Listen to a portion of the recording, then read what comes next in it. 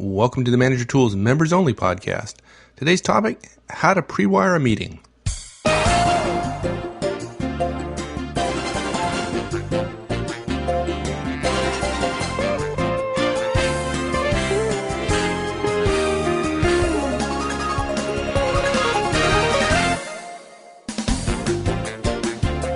Hi everyone, this is Mike, and welcome back to Manager Tools. Let's imagine you have a meeting coming up. Not only do you need to make a presentation, you need to make a presentation to your boss's boss. Maybe not only do you need to present to your boss's boss, but also to all her directs at her next staff meeting. Well, how do you prepare for that? How do you ensure that you don't walk across any landmines during the presentation? What can you do now to make that presentation a slam dunk? Well, listen up, folks. In this Members Only cast, with obvious links to our weekly podcast discussion on persuasion that we've been doing, we're going to show you how. Here we go.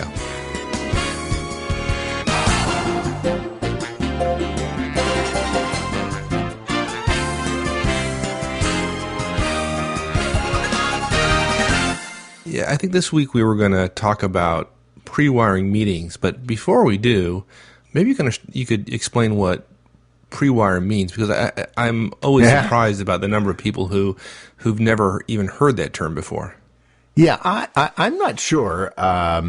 It may very well be that it's like that somebody actually knows the answer. There's a rationale for it. I think on a previous cast I told the story of foils. There are people all across the country that don't know that when people used to do, before PowerPoint really came along, and even after PowerPoint to some degree, when people did slides, and now really, wouldn't you agree that people don't even talk about slides anymore? They talk about decks. Yeah, decks. Right. At least in the technology world, it's not even, you don't even talk about your slides. You talk about decks, which is nothing more than a stack of slides. Yeah. And the bigger the deck, the dumber the idea is, surely.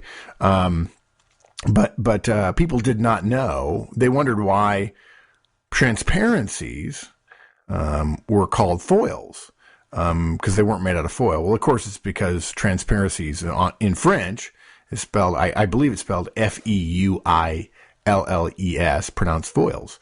And so it wasn't so much aluminum foil as it was the French word for transparency, which was foil. Well, I thought it was always because the presentations are where all my initiatives got foiled. Foiled? I never thought of that one. I thought it was a personal comment about my ability to persuade, but I guess not. It's really all about you, partner. I feel better now. Oh, that's good. That's good. The Prewire.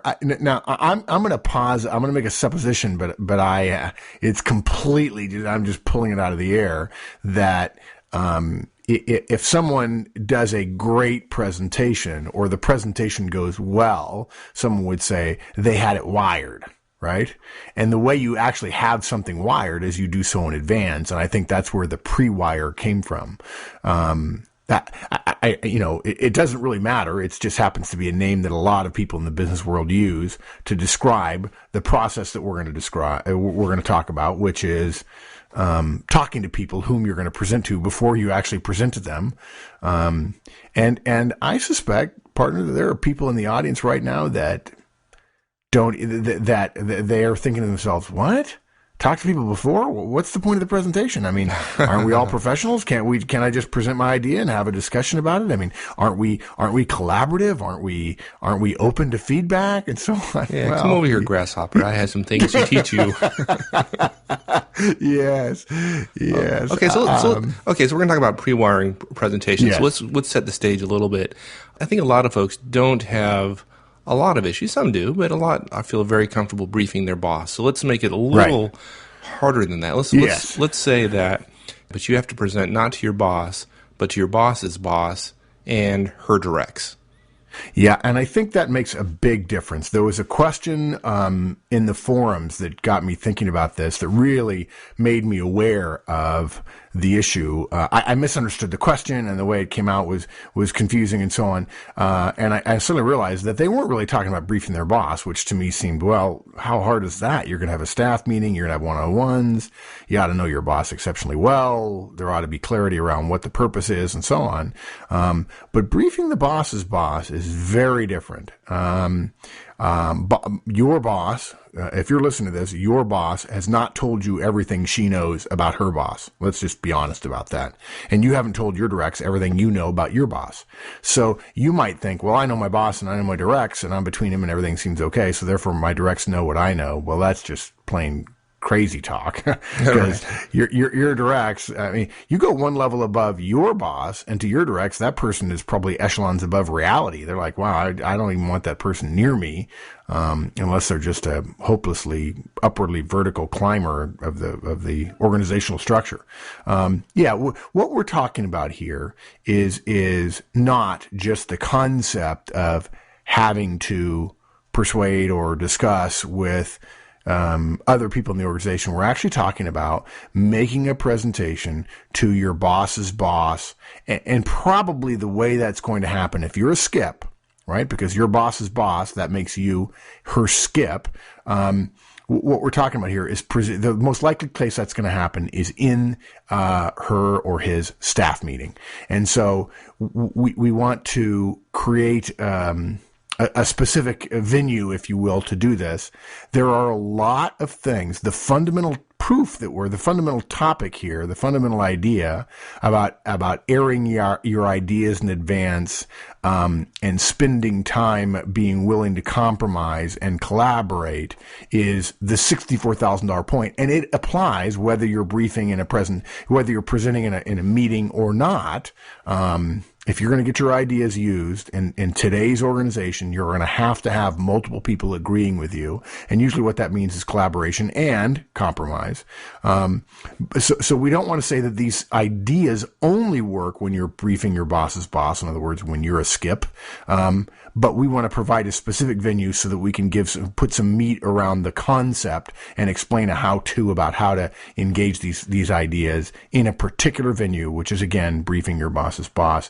Usually it's going to happen about 75% of the time. That's going to happen in a staff meeting. Or now look, let's be clear though. I think another point you were alluding to is, what if it's just you and your boss's boss and a desk side brief? Same thing applies. That boss's boss is thinking about what all of her directs are thinking about. And so you better have those people on board as well. But for the purpose of this cast, we're giving you one particular venue, which is briefing your boss's boss, and the Prewire is designed to help you go from the point at which you know you have to make that briefing all the way through to the briefing actually being called a slam dunk. Good. Okay. And in true Manager Tools fashion, let's get right to it. We have a couple of introduction points we're going to cover, and then we're going to talk about some key steps. We're going to talk about the process of how to pre-wire a meeting. Yes.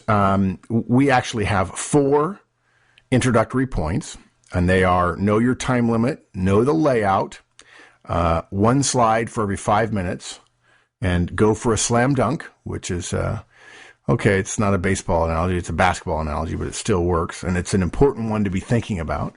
And then we actually have 8 key steps.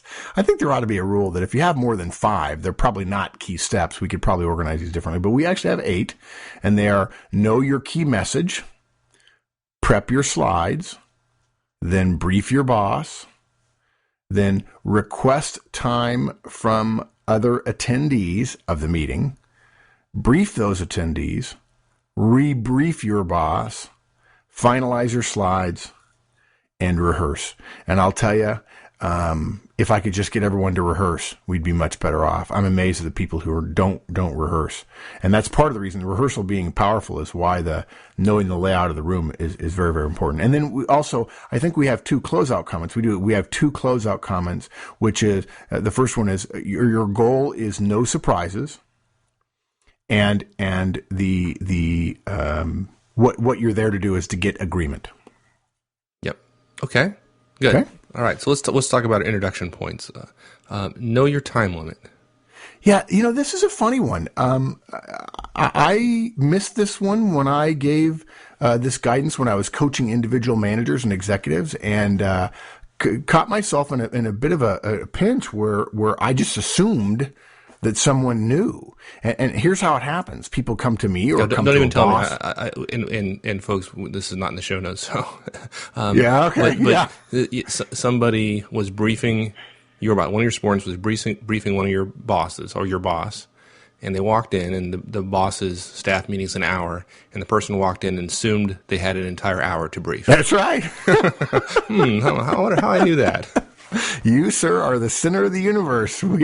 All of us senior people are going to just fawn over you or not for the next hour, because we can afford to spend that amount of time in our staff meeting. Because really, if you're going to spend your entire staff meeting on one topic, the person who's most likely to lead that discussion is either the person who's leading the staff meeting or one or two of her most important direct reports. Right. Yeah. Yeah. So look, when somebody says, hey, listen, you need to go brief the boss, when your boss says to you, hey, you need to go brief the boss, meaning her boss, the first question you should ask is, okay, how much time do I have? Now, look, there are people who will tell you, no, you should know, what the purpose is, what your goal is. Actually, no, because if you're told the purpose first, you will tend to then build something for that purpose. The worst thing in the world, if you correctly get to your purpose in a briefing that takes 30 minutes when you only were supposed to have 10, you've shot yourself in the foot. Maybe you haven't shot yourself in the head, but you've shot yourself in the foot. Yeah, okay? Because your punchline, which you saved toward the end, which was not too smart to begin with, but let's say you did that. You never got to it because your first 3 points were weak and they cut you off at 10 minutes. Yeah, that's right. And now look, if in 10 minutes you've done a creditable briefing, a creditable briefing, but you haven't gotten there yet, you might get 5 more minutes. But if you take 30 minutes, if you think you have 30 minutes, no, it's never going to happen. So you start with the time limit, because let me assure you, that's what the senior people in that meeting are thinking about. They are all thinking about time. The primary white noise in most of these people's heads is this meeting always runs too long and we never get anything done. It's the rare exception in the meeting that is well run. Yeah, and it's the only resource in that meeting that you have no control over. Exactly. Yeah. Okay. Yeah. So know your time limit, and look, don't be surprised. I was caught flat-footed when a couple people said, "Oh, well, I think I have an hour," and I'm like, "What are you smoking? What you think you have an hour for the EVP staff meeting?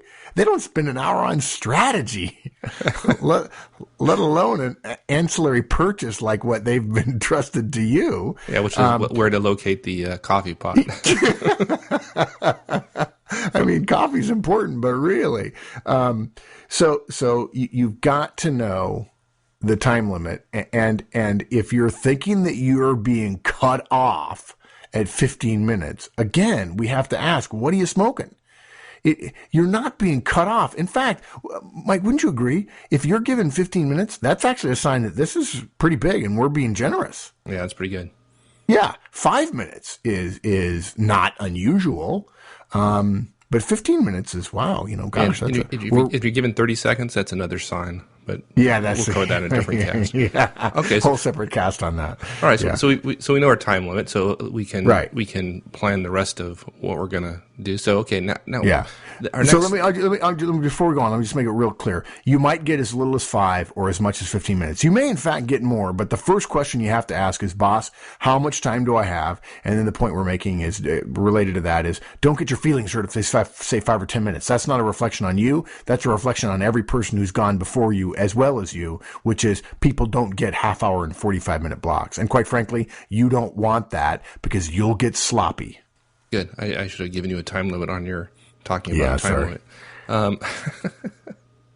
Okay. Sorry. We know our time limit. Now the next one's interesting, which is know your layout. Why is that important?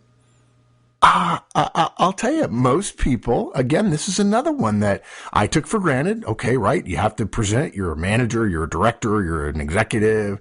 You know this, right? That if you're going to present, the physicality of your presentation actually makes a difference. People are like, well, in fact, when I say presentation, I would argue that if there was a Rorschach managerial intelligence test on the word presentations or word association, 90% of the people that are hearing us right now would say slides. And maybe they would say deck, but they would think slides. And we could talk about PowerPoint for hours, and we will, and I think we already have, and we'll do more. But it's amazing to me how derivative thinking is, that people hear presentation and they go right to slides. I mean, they've got a picture of a PowerPoint in their head. Layout is one of those things that you know you're going to actually have to present. You know you're going to physically present. Even if there's a teleconference going on associated with it, or a video conference, you're going to be presenting. And that means often standing up. And I am amazed at the number of people who don't realize that meeting rooms that were intended for meetings, as opposed to presentations, often are not conducive at all to presentations. They're designed for people to meet in. And that means chairs and tables, and that means not necessarily unlimited walking around space and so on. I have some rules I apply to the physical space I present in when I'm presenting to larger audiences, 50 or 100 or whatever. And it's usually pretty expansive. The room is pretty big. Part of that is for heat dispersion, but most people end up standing up in a room that was not intended for them to be standing up in presenting to. And they are uncomfortable. They are not 100% comfortable with their own presentation skills. And they have a couple of trips or inadvertent bumps against a slide or a projector or a flip chart or somebody's chair, or moving from the left side to the right side of the table or what have you. And it flusters them. And the fluster carries over into the content and therefore the credibility of their presentation. Right. And I don't want to make too fine a point of this, but sometimes when you're nervous going to these kind of briefings, the key is to eliminate problems versus creating excellence. If you know where that's a great way to put it. I'm almost tempted in some cases to say, okay, I know that it's going to be in this conference room. Can I move the conference room table 8 inches south because I'm going to be at the north end of it? I've done that before. Even if it's a table for 20, I'll get a couple of guys say, hey, can we move the table? You help me move the table. Why do we move the table? I'm giving a presentation. I don't want to trip. Oh, cool. Smart idea. That's really good. Just so that there's room for me. So when I move from the left to the right side of the table, that I'm not sucking in my gut so I can scoot around the table. Because if you're just standing on one side of the table, and if you're limited, if suddenly you're in a very small box, you're affecting the delivery of your ideas, which affects people's ability to hear and understand and like your ideas. Right. So you've got to know the layout. Yeah, and you're nervous enough when you go in there. You don't want to be discovering the layout the first time exactly as you're walking into the meeting room. That's exactly right. And somebody said to me once, well, what happens if they move the meeting? Well, okay, fine, it happens. But don't tell me that that's a reason not to prepare by going to the place it's most likely going to be, right? Yeah. But I love those kind of questions. They're great. Yeah, you know what? Those are the kind of questions that prove I really don't want to change, and I can come up with a reason why I don't like your new idea. And that's okay. We respect that. They're wrong, but we respect it. No, we don't. We don't respect that. Who are you kidding? Okay. We respect the person. We disagree with the idea. We respect the person, and we think the idea is idiotic. Yes. Okay, next one. The dark mic. Okay. So the spike mic. Yes. Okay. All right. Now, the next one. Now, this one is important to me because I can't tell you the number of presentations I've gone into where somebody literally has 30 minutes and they have a deck that is 150 slides, which is just sure they do. ridiculous. And so we're saying 1 slide per 5 minutes, which will blow most people's minds away probably. Yeah, that's not a typo. When you get the show notes, those of you who are premium content subscribers, it's not a typo. It doesn't say 10 slide per 5 minutes. It says 1 slide per 5 minutes. So that means if you're speaking for 30 minutes, you have 6 slides. Yeah, wow. That's all. Oh gosh, I give 30-minute presentations with 3 slides, and that doesn't include that includes the title slide. I think that if people will see slides, and again we'll talk for days and days and days in the coming years about PowerPoint, but if you see PowerPoint as the skeletal framework of a larger body of persuasion, you begin to realize that you're not trying to put everything up there. And when you have a 150 slide deck, You either are teaching a college course in 30 minutes, which just, I'm sorry, it just proves that if you try to do that, it proves you're not very smart, and so you have very low credibility in terms of expertise and knowledge. Or you're trying to tell us everything you know, which essentially invalidates the reason that you would be presenting, which is we expect you to be smart enough to know what it is we need to know that are the key drivers of this decision. We don't need to, or want, good Lord, we don't want to know everything. We're paying you to know everything, and then we get to feel good when you're right by saying, okay, you get promoted. But if you're always telling us everything, at some point we're just going to hire a research assistant and pay them less money than you. So yeah, one slide for every 5 minutes. If you're presenting for 15 minutes, please have no more than 3 slides. Let me be blunt. You are not the one person in the world who has such important things to say that you need 8. How bad is it? I know people who are given 15 minutes and have 77 slides. You've seen that. Now, I've seen it. I actually told someone in the audience, because I had to step out, please count for me how many slides he has. Count. And they chuckled. They came back and said, I stopped at 77. So technically, I've never seen 77 because I had to walk out and then come back in. And there was actually more than 77, but they stopped counting at 77. And imagine being a manager and being asked by a friend of yours. This guy, the guy asked was a friend of mine that I'd known for a while to count slides. Why do you stop counting at 77? And a 15-minute presentation now. Why do you stop counting at 77 and not at 43 or 19 or 51? You go all the way to 77 and you say, well, okay, that's probably enough. He doesn't need to know how many slides there actually were. No, there's a law of physics that if you're in a presentation and there's 78 slides, your head explodes.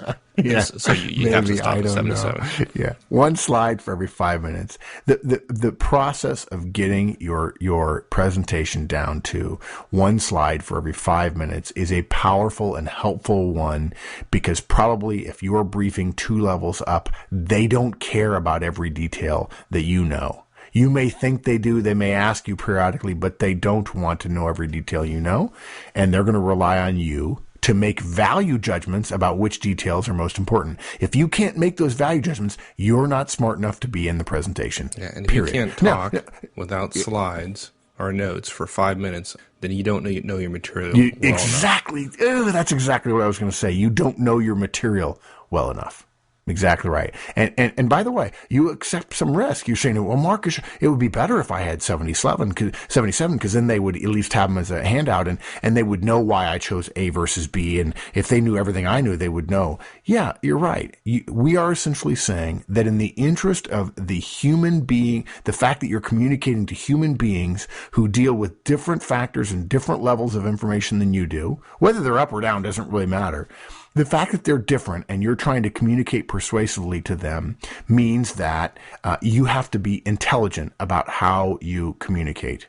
Right. If you do that poorly, we believe that that's insight into how good you'll be when you get to our level. Yes, there's risk. You could choose the wrong stuff. That's part of our point. We would rather you accept some risk in terms of what you choose to present and how long you present, rather than us accept the risk of taking an hour to hear everything you have to say, and then all of the executives at this table losing an hour.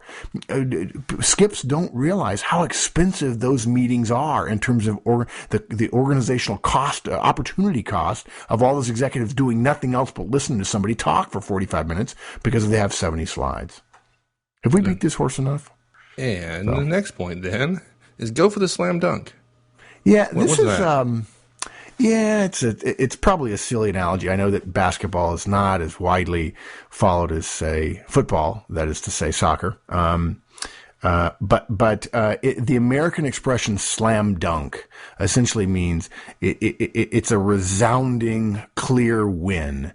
That it's an exclamation point of "Wow, that was done well." He got the 2 points, but you get 2 points with a jumper too. But a slam dunk says a little bit more in your face. It was done so well. It was done so perfectly. There was no opposition. It was just immediate and obvious and quick.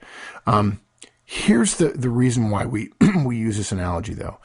too many people sitting in meetings, particularly if you're a skip and your peer skip is presenting. You see a meeting that happens or a presentation that happens, and it feels like a slam dunk to you. All the people in the room go, wow, that was great. Super job, Bob. Way to go. Or, hey, Jane, nice work. Really excited about what you talked about. We're totally on board with all that.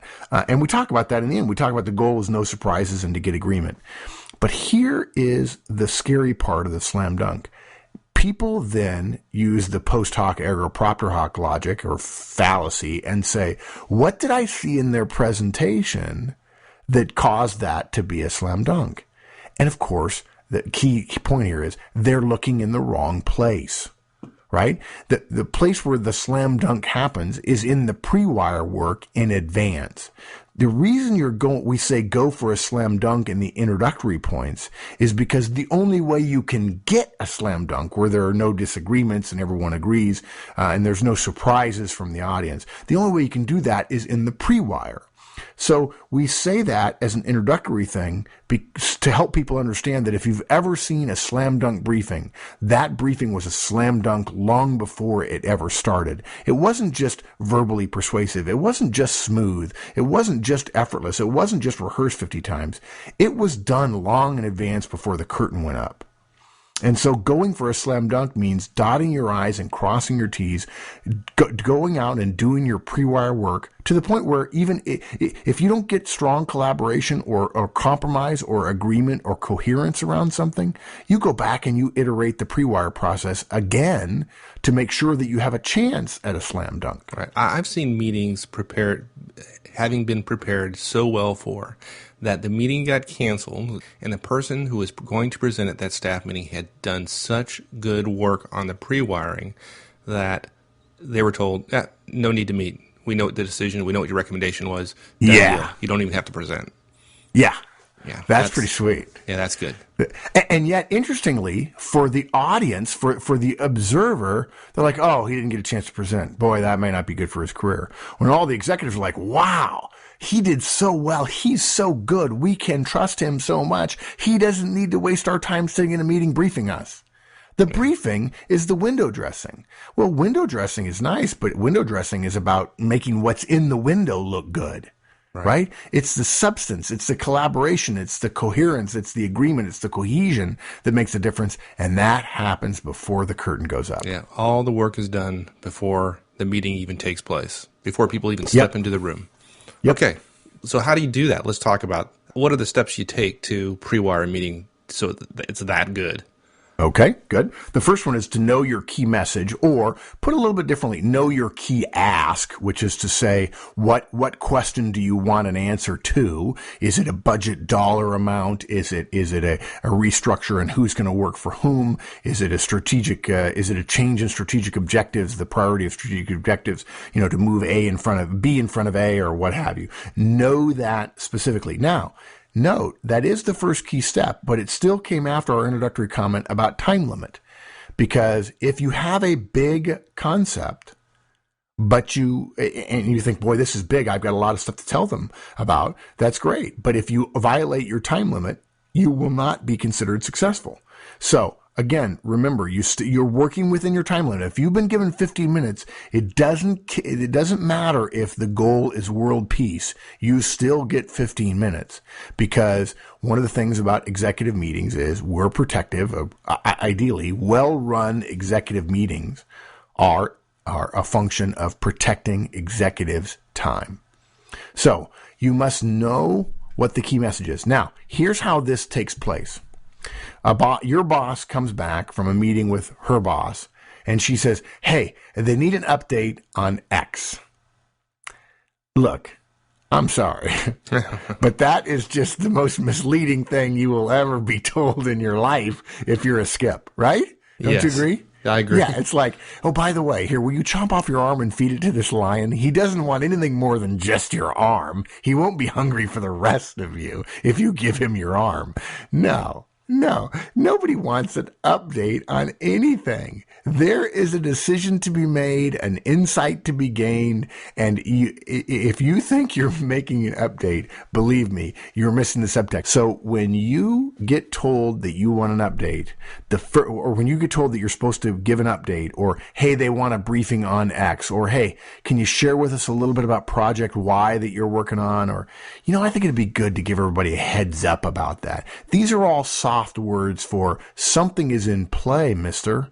You better pay attention. And the first question you ask back, the first word in your head when you hear these phrases I just used is wait. Now, I'm not saying you go to your boss and say wait. Okay. But the first word in your head is wait. And that should stop you enough to go, what is it do they want? And you say, hey, what's my key message? Or what are they expecting me to ask? What's the decision? Or what's the issue? Now, it's possible your boss doesn't exactly know. I've seen bosses hand their directs a bucket of muck because, like, oh, no, really, they just want an update. I just want to shake my head and say, how did you get to the role you're in? Well, no. Or the boss is really smart that they haven't figured it out, so they say, well, I'm not briefing that. That's nice. That's nice. I don't want to go, so I'll send two of my guys. They're about equal to me as a meal. Oh, my God. I know the line's going to eat somebody. Just ain't going to be me. It's not going to be me. You go first. Change is hard. You go first. Yeah. So if you don't know what it is, you better work hard at figuring out what it is. Yeah. And if your boss doesn't know, it's not the end of the world to only have 75% of the solution and to discover the other 25% when you actually go through the Prewire process that we're going to talk about. Okay? So make sure you ask, what specifically am I briefing on? What is the decision point? What is the issue? What am I asking for?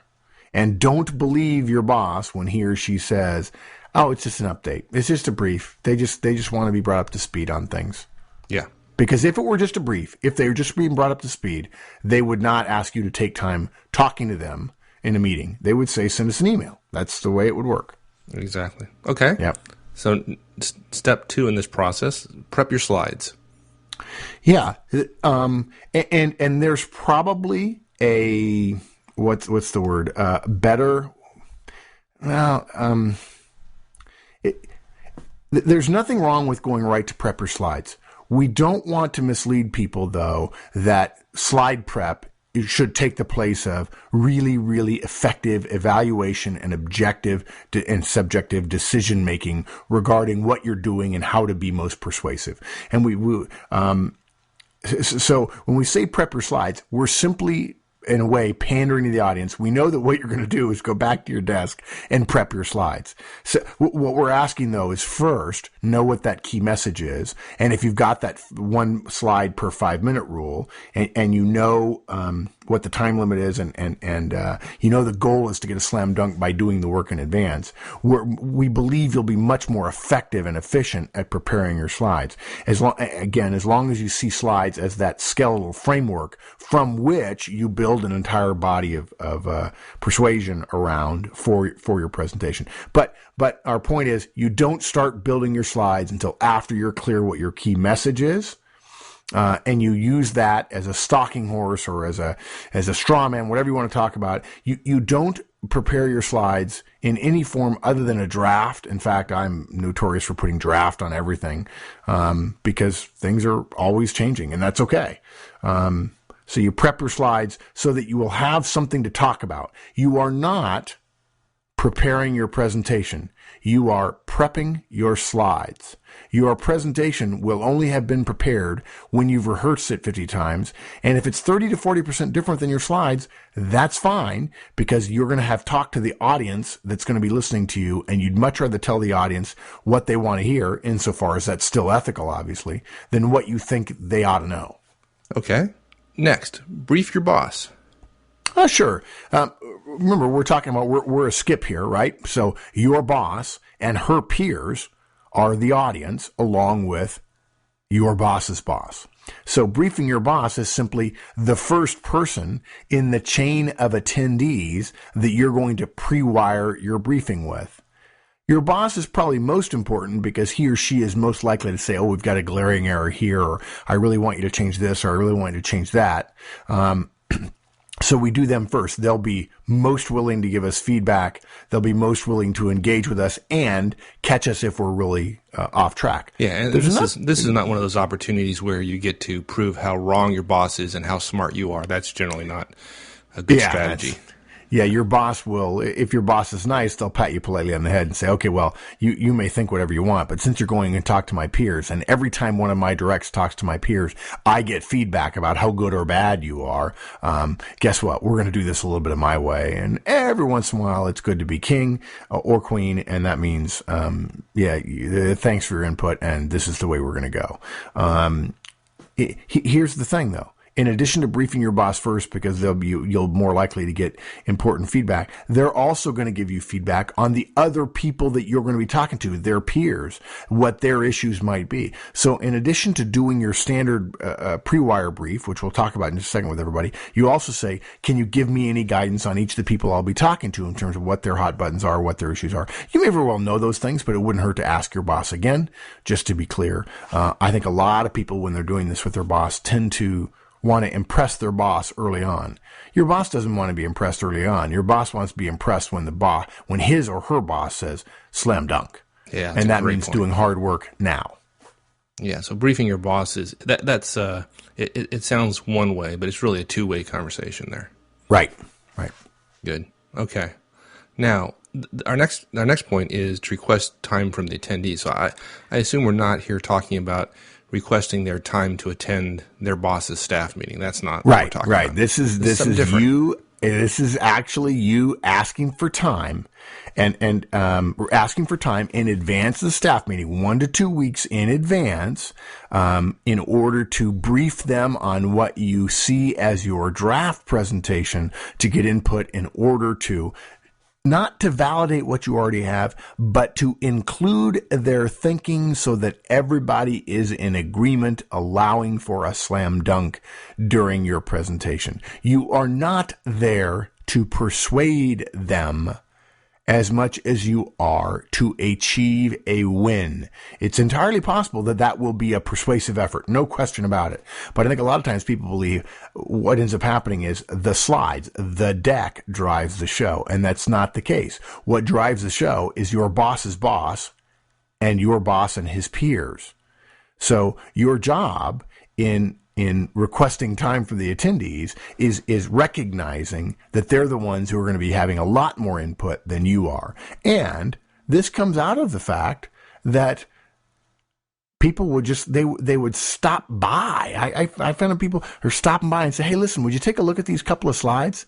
And if people say, hey, look, real quick, I want you to look at these slides for a couple minutes, I'd want to know what they're going to use those slides for, because I'll tell you what, if you're looking for slides for a couple minutes and then they say, oh yeah, Joe looked at these and he's okay with them, boy, you have just been handed a bag of you-know-what. Yeah. Don't do it.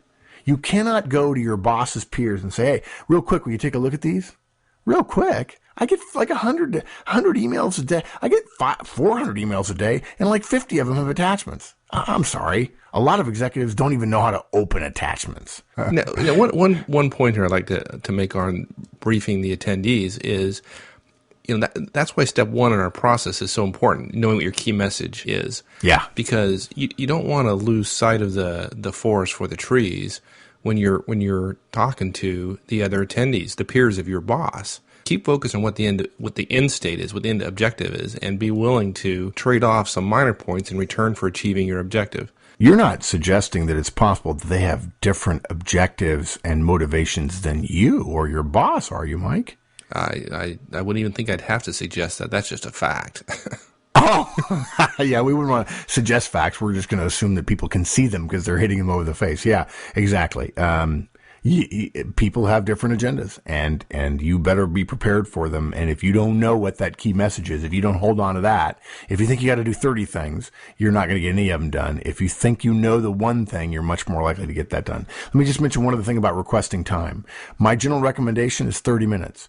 Maybe it only takes 5 or 10, lucky you, and then you're giving them back time. But it may be that with your most contentious briefings, that you'll need the full 30 minutes. And those people who say, I'm definitely going to read your slides in advance. No, they're not. They're not. Right. They're going to read your slides in front of you. And that's okay, just like they would if you were presenting in the actual presentation without having pre-wired or briefed them in advance. But what you do is you request time and you say, I'd like to walk you through my briefing or my slides, my deck. In fact, if you only have 3 slides in 15 minutes, they'll say, this is some deck. Well, actually, that's my idea of a deck. It doesn't take very much. I'm clearly not in 15 minutes going to be just reading the slides. I'm using that as a backdrop to talk more broadly about why we should be doing the thing we're doing. But you request 30 minutes. You will use it far more often than you realize. And if you request 10 or 15 minutes, people just look askance at that. They think, it can't be done. You're not going to actually be able to do that. And of course, if you have a 15-minute briefing, you can't brief somebody and get their input during 15-minute briefing. No, not at all. Okay, yeah. So now you've got time. Now I tended to I meld in some of my comments the request time from the attendees and the briefing of the attendees. Well, that's okay. Yeah. Next step is the actual do the briefing. Yeah, you got time on their calendars, and now you actually keep your appointment, and you go over and you bring a copy of the slides. I never forget the guy who says, I'm not taking copies of slides. I already emailed them to him. Yeah, we deleted those about a week ago. It made us feel better about our inbox being cleaned out on Friday when we went home. You take a copy of your slides and you say, look, I'd like to walk you through the briefing. I'd love to get your input. I'd love to get your insights. Any places where you feel like I'm off or the things you can suggest and make it more effective, I'd love to hear that. Both your perspective and anyone else's perspective you think is noticeably different would be very, very helpful. Good. Okay. And then pretty straightforward. Straightforward. Things change after that, right? You get additional input. Really? Is that right? Is that why we're doing this? Yeah, there might be some changes, really? And you might want to tell your boss about it. Maybe. Nah, just go into the briefing with the new slides. Yeah, I never even, until you said that, I never thought about that as a joke. That would be, wow. Wouldn't that be interesting? Oh, yeah, sorry, boss. I didn't tell you there were some curveballs, so I changed these. Yeah, wow. It'd be a great joke. It happened once. It'd be the one joke. Yeah, that's right. You would be the punch line, so to speak. So you go back and rebrief your boss. Yeah, you started with the boss, you went with the boss, say, look, I gave the briefing 7 times. I don't know why I have to do this other than you say you're a Manager Tools fan, but whatever. I went and briefed him, and actually I learned a couple of things. I didn't realize this guy's really got a tight budget this year, and yet we were going to ask him for money. So somebody else suggested, don't ask him, ask me, because I've actually got the budget. Seems weird to me, but I guess as long as we get the money. And the boss looks and goes, yeah, you think it matters who we ask as long as we get the money? So, yes, you rebrief your boss so that you and she are clear on what you're going to say, what the key message is, and that you're going to actually be able to deliver to the key message while at the same time achieving the possibility of no surprises, getting agreement, and going for that slam dunk. Good. All right. And then after you've rebriefed your boss, you've spoken with all the other attendees, you're going to finalize your slides. Yeah, and I'll tell you something. I had somebody tell me, this is a long time ago, said, you've got those steps wrong, Mark. You should finalize your slides before you rebrief your boss. And I looked at him and I said, not if I'm your boss. I mean, come on, right? You take back all the input. You say, I've assimilated. Here's what I have as draft number 2 as my alpha or my beta, however you want to look at it. This is where I am. Let me walk you through it again. Let's see how we can improve it. And then once you've rebriefed the boss and he or she has given you their input, then you finalize your slides. And now you actually have your presentation. Good. Okay. And then now that you have a presentation, you have something that you can rehearse. The one step that I dare say probably the vast majority of folks do not do, and at their peril. Oh, yeah. It's people say to me all the time, I'm amazed that's the first time you gave that speech. I'm like, not. Gave it 7 times on the way over here, by the way. I will say this, though. The most untrue statement ever uttered in large organizations is I'd rather be playing golf. There can be nothing more untrue than that for an adult, for a free person in a modern society to say I'd rather be doing something else. It's false. It's patently false every time, because if they really would rather be playing golf, which is usually how it comes out, they would actually go play golf. But they're not. You know why? Because they've evaluated the costs and benefits of playing golf, and they've discovered that while they would like to be playing golf, they would rather not like to be in trouble for playing golf. And so they decided the benefit of playing golf is far outweighed by the consequences of playing golf. And that's why they're not playing golf at the time, but they want to whine about it. The second most untrue thing ever said routinely in most organizations is, oh, I've rehearsed a bunch of times. Everybody tells me they've rehearsed a bunch of times. I'm amazed. I walk by conference rooms where I know presentations happen all the time, and no one is ever in there presenting. How can you, you know what people think of as rehearsing? Going over their slides in their mind. Folks, let me just be the first call me a jerk. I don't care. If you're reading your own slides without saying it out loud, standing up and putting together full and complete sentences, following whatever language you normally speak in or your audience will understand, if you think that hearing your slides in your mind is actually rehearsing, you're nuts. That's not rehearsing. That's you talking to yourself.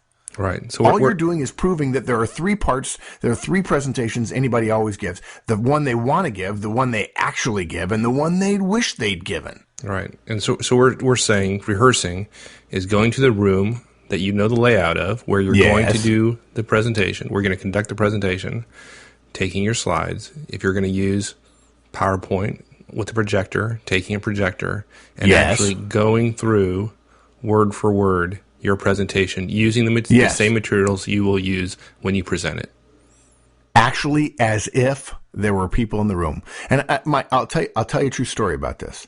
When I was in high school, I grew up in Los Angeles. My brother had friends in the entertainment industry. There was one time my brother called me and said, "Look, I need you and 50 of your friends to dress up in coats and ties, but you can wear shorts if you want.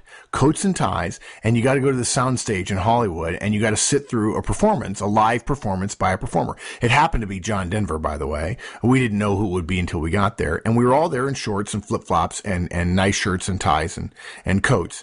And the reason we were there is because this presentation of his was going to be spliced into an awards presentation. And so the lights were on him, the audience was dark, and so we were essentially made to look like the Hollywood stars that were actually at the event. He never presented to the awards ceremony. He presented to us, and the TV shows things spliced it in. When I asked my brother, why would anybody do that? He says, because that way they can sell more ads, and that's how they make money. And I went, wow, that's really cool. And John Denver showed up and presented to an audience. That was, and for all intents and purposes, the kind of rehearsal. I mean, we had to clap. He had to sing the song. It wasn't lip synced. There was a band behind him.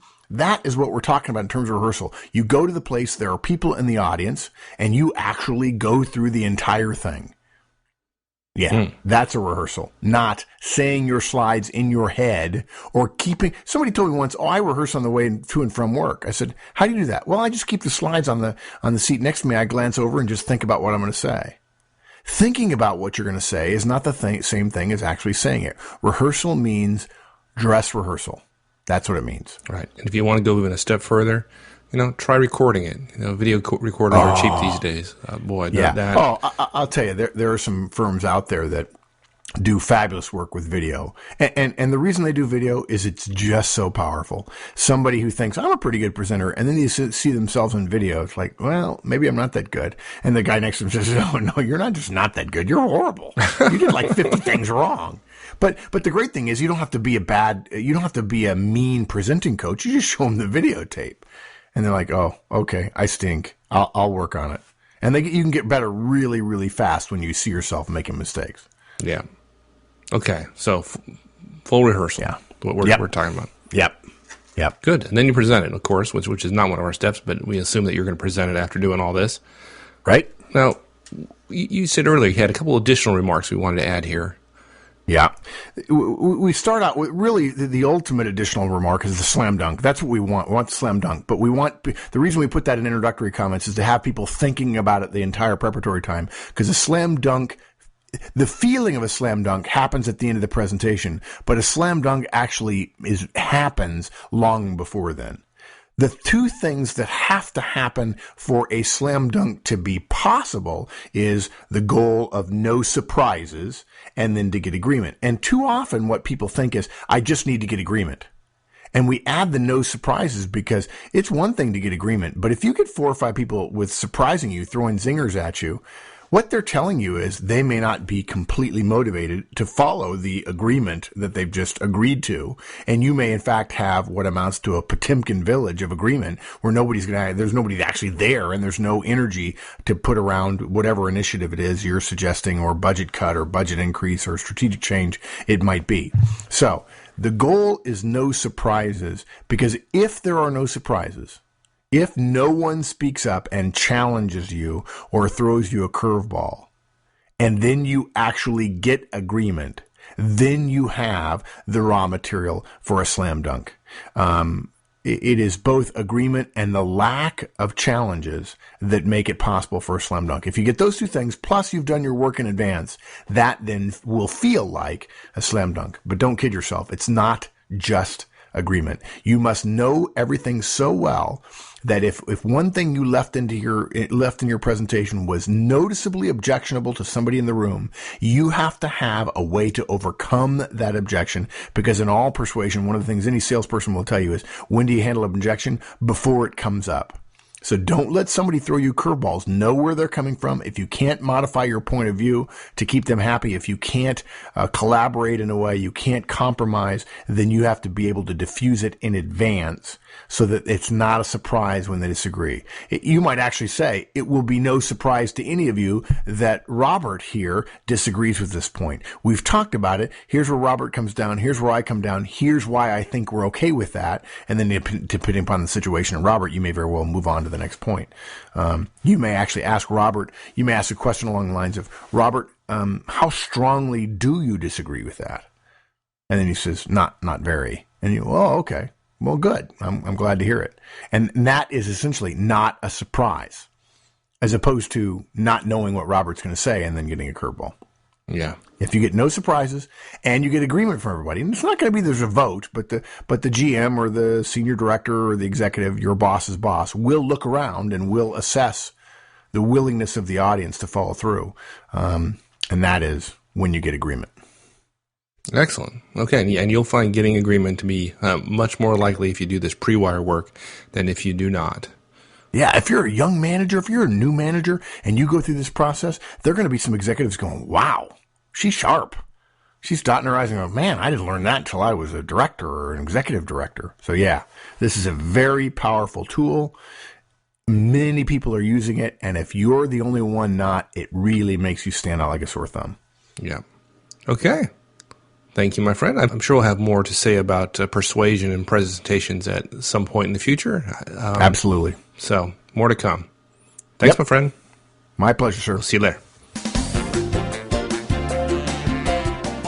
Well, that's it. As always, thanks for taking that special step in becoming a registered member here on Manager Tools. We always appreciate your demonstration of trust and hope that you find these additional member-only casts a useful addition to your management audio library. Management audio library. I like that. Anyways, as always, we love hearing from you, so hope to see you on the discussion forums. www.managertools.com/forums. So, until next time, so long.